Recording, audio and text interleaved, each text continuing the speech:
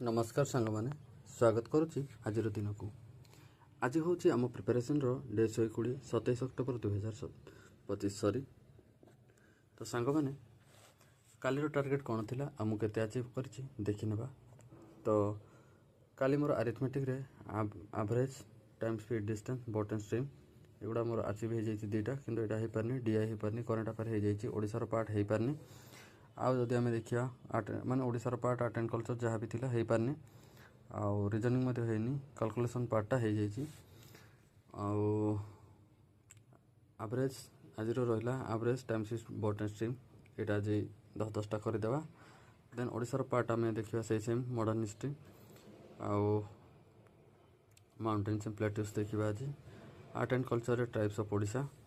आउ देखा reasoning calendar आउ सिलोजिम 27 अक्टोबर करेन्ट अफेयर देखी नेबा कैलकुलेशन देखा कैलकुलेशन रे सब हम एगुड़ा मुझे टिक कर कारण मुझे सका कर सारे तो वीडियो टी लेटर बनाऊँ तो ये रहा आज टार्गेट। तो सांग मैंने मु निजक रिग्रेट करुच्ची मैंने बहुत रिग्रेट ही करुच्ची कहले चले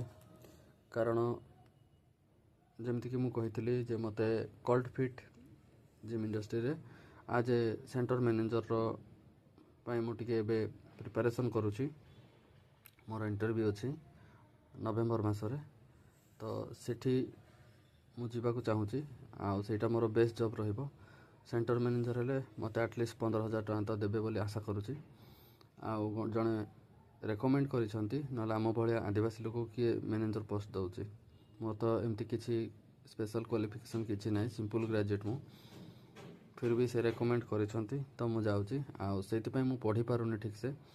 मोर ड्यूटी 1 ରୁ राति 10 जाए रोचे तो मॉर्निंग रे जी पढ़ी पार्ली आउ पढ़ा प्रति भी एत ध्यान दौनी कहीं मत से जीवार अच्छी तो इंटरव्यू से कल्ट फिट रिलेटेड मत बहुत से विषय में पढ़ुची मु से कंपनी विषय आउ कौन काम सेल्फ इंट्रोडक्शन हो इंटरव्यू पे फुल प्रिपरेशन करुच्ची तो तेणु मु पढ़ा प्रति एत डेडिकेट हो पारुनी आपण मैंने आपण पढ़ापढ़ी जारी रखु मो द्वारा मुझे हम से करुच्ची आउ कौन कहबी मत बहुत रिग्रेट लगुच सांग मैंने टार्गेट अचीव ना देखुना एत टार्गेट बनई किंतु पढ़ा और न पढ़ा दुईटा जाक सामान हो फिर भी जदि छाड़देवी मूलर तो इच्छा हेनी कहीं ये रहा से कल्ट फिट पास उपरे तांकर कौन कौन सब अच्छी विषय मुझे पढ़ुची यहाँ मत इंटरव्यू रे पचारि पारती जे डिटेल्स तांकर केमती कौन अच्छी कौटा नेले कौन केमती सुविधा अच्छी तांकर सब स्कीम आज मैनेजर रही माने मते जो